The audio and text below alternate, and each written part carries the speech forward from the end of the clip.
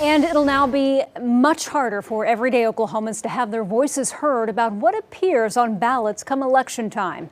And that is what one group is saying after the governor signed a bill into law over the weekend. We've told you it caps how many signatures a petition can go on it to get something on the ballot and can get in each county. News 4 Spencer Humphrey breaks down what this could mean. Spencer. Yeah, this bill was something its supporters argued was about making sure more rural Oklahomans could have their voices heard on these petitions. But those against it say this was really about limiting everyone's voices. In fact, they say to know that, all you have to do is listen to what the bill's author says.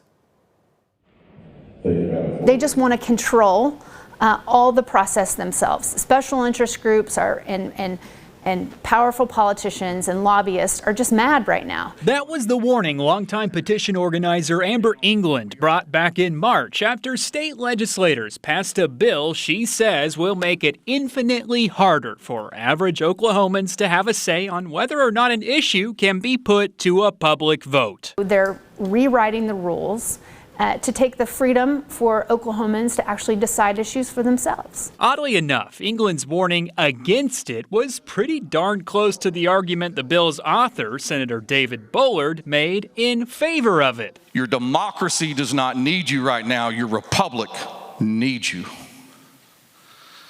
The Republican form of government says that you're ruled by your elected officials.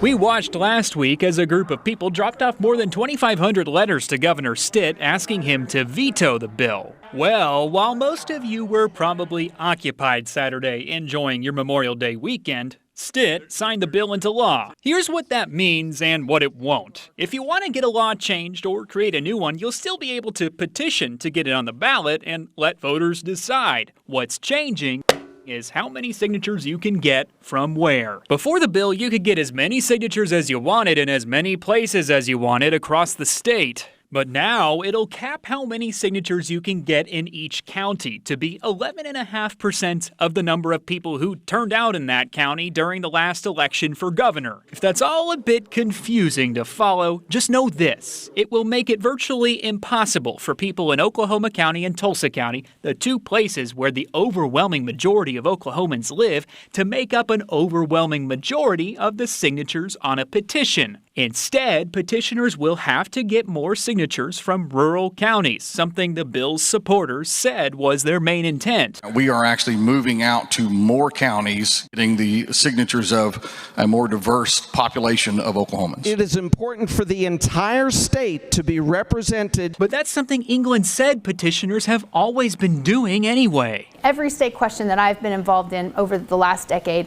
has gotten signatures from all 77 counties. Which is why she and the legislators who voted against the bill think back to Bullard's words. That you're ruled by your elected officials. And maintain, no, this was about something else entirely. It's a power grab. It takes power away from everyday Oklahoma voters. Now, before Governor Stitt signed this bill into law, we'd already been hearing from those against it, and they said that they will file lawsuits if he signed it. So we'll now, of course, keep our eye out, let you know if and when any legal challenges get filed.